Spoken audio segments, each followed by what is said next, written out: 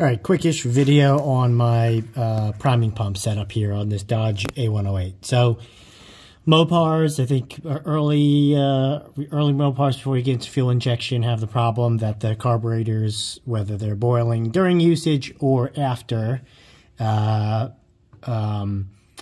after the heat soaks in, they'll push the fuel all the way back into the fuel tank down the fuel line.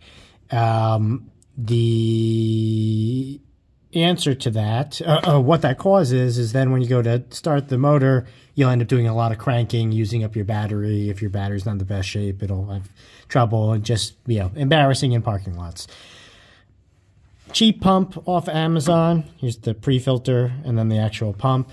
Basically just primes the pump, brings the fuel all the way up to the mechanical pump. I don't think it goes through it, unless the diaphragm is bad.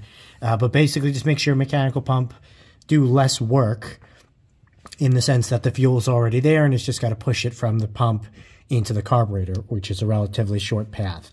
I've tried check valves to prevent the fuel being pushed all the way back. Doesn't work. Don't know if they're not of quality or whatever, but I don't know if they're helping any. Best case is rigging up a priming pump, very cheap, 12 volt, and I have a little switch under my dash, which I'll show you. So the fuel line comes out of the tank like it normally would, and normally it would hook to the hard line, which is right here. So we just do a little turn right there. I have it going away to deal with the length of both the pre-filter and the pump, and obviously to try to get this as level as possible. And then it does a 180 with the fuel line without kinking and comes back to the hard line, which goes all the way up the frame and whatnot. So pretty simple setup. You just need to have a ground, obviously, and then run a wire all the way up to the, however you're going to use this. So I have it on a rocker switch, which just allows, once the key has been turned to at least accessory power, can hit the rocker switch, let it run for 3 to 5 seconds, and just really shortens the amount of time it takes to crank to get this going after it's been used or after fuel has gone goodbye. So hope this is helpful. I'll leave the link to the pump in the description, but I think the carburetors, they want to see 4 PSI. It doesn't really matter because, again, we're not feeding the engine in this case. We're feeding the mechanical fuel pump. And so, but I kept a similar PSI. The other thing is this pump is a pass-through, I believe.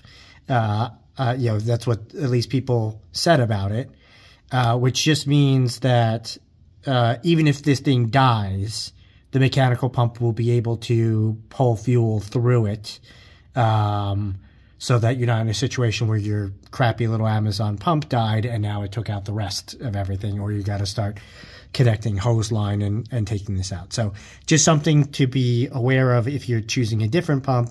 You want it to be have a pass-through design. Otherwise, you're going to have to do something with like a Y and some check valves and stuff to make sure that it's able to pull but not stop the flow if need be. So hope this was helpful. Again, links in the description. Maybe not the best, safest way to, set this up, but at the end of the day, you got 20 gallons of explosives back here with tinfoil surrounding it. So, this pump is not going to be the thing that causes me to explode, in a rear end collision or something like that. Hope all is well. Wish you guys the best.